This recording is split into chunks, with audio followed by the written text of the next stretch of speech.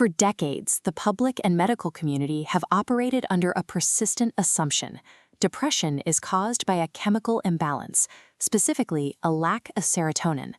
Despite its lingering hold on our collective psyche, this serotonin deficit hypothesis lacks sufficient evidence and is considered obsolete. Major depression is a structural pathology of cognitive and emotional brain circuits driven by chronic stress. This damage stems from a malfunctioning HPA axis. The amygdala activates the hypothalamus, which signals the pituitary to command cortisol release from the adrenal glands. This cortisol crosses the blood-brain barrier, targeting the hippocampus to initiate a negative feedback loop that shuts the axis off. Under acute stress, this loop maintains balance, but under chronic stress, the system fails. Constant, excessive exposure to cortisol becomes physically toxic to the hippocampus. This toxicity triggers the physical retraction and atrophy of dendrites in the CA3 region. Simultaneously, new neuron production in the dentate gyrus is suppressed. A physically damaged hippocampus loses the ability to downregulate the HPA axis, leaving the brain trapped in a toxic, prolonged stress state. This structural inflexibility is the true foundation of clinical depression. If depression is not a serotonin deficit, we must ask why serotonin interventions remain effective. The serotonergic system evolved to help organisms adapt to environmental adversity via two distinct pathways. The 5-HT1A receptor is primarily inhibitory and concentrated in the limbic system. It mediates passive coping, stress tolerance, and the ability to endure inescapable stress. The second pathway relies on the 5-HT2A receptor. It is excitatory and highly concentrated in the cortex, where it mediates active coping, shifts in perspective, and structural neuroplasticity.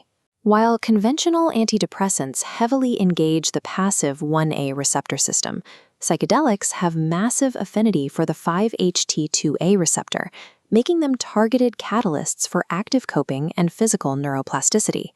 We can understand how psychedelics act with such intensity and such safety by mapping 5-HT2A receptor density across the evolutionary hierarchy of the brain. We begin at the base, the brainstem and the cerebellum. These structures control autonomic survival functions like respiration and motor control.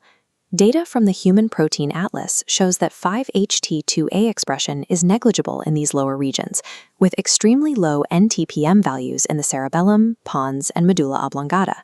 Because 5-HT2A receptors are largely absent here, massive stimulation by psychedelics does not suppress respiration or basic life support. This creates a high physiological safety profile.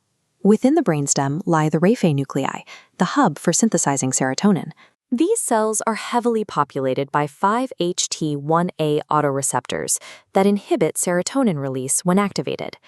The oldest parts of the brain generate our serotonin, but because they lack the 5-HT2A receptor, they are insulated from the shocks of psychedelic interventions. Ascending to the diencephalon, we find the neuroendocrine command centers, the hypothalamus, and the pituitary gland. Within the hypothalamus is the paraventricular nucleus, or PVN. This is the exact site where stress and social hormones like CRF and oxytocin are triggered.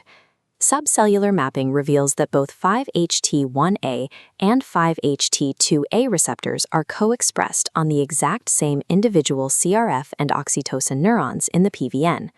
High activation of the 5-HT2A receptor functionally overrides and dampens the co-located 5-HT1A receptors. This process, known as heterologous desensitization, allows the active signal to dominate.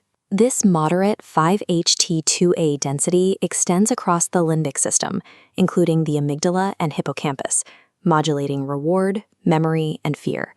In the emotional centers of the brain, psychedelics prioritize active 2A plasticity over passive 1A tolerance by desensitizing the 1A receptors. At the peak of the brain hierarchy lies the neocortex, responsible for executive control, perception, and advanced cognition. The transcript data reveals a massive explosion of 5-HT2A expression in the neocortex compared to all lower brain regions, with NTPM values peaking near 40. These receptors are overwhelmingly concentrated on the dendrites of excitatory glutamatergic pyramidal neurons. This concentration exists specifically within layer V of the neocortex. Density peaks in the prefrontal cortex, the visual cortex, and the claustrum, the highly connected hub that gates human consciousness. This precise anatomical placement in layer V is why targeting the 5-HT2A receptor structurally alters highest-order perception and executive control. We now shift perspective from individual layer V neurons to the macroscopic functional networks that govern consciousness. The default mode network, or DMN, is the transmodal cortical network responsible for self-referential thought and the sense of ego. In a patient with major depressive disorder, the DMN becomes hyperactive, hyperconnected internally, and intensely rigid. This rigid network exerts heavy top-down predictive coding, trapping the brain in persistent rumination and a negativity bias.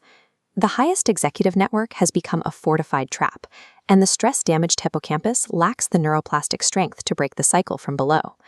This deadlock breaks when a psychedelic floods the dense 5-HT2A receptors in layer V and the claustrum.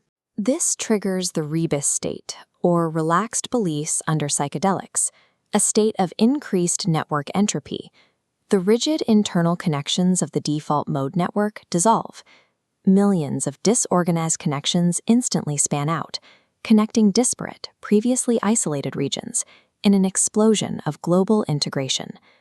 This state of network entropy removes the top-down cognitive rigidity that drives depressive rumination. This entropy creates a temporary, critical window of hyperplasticity across the entire brain.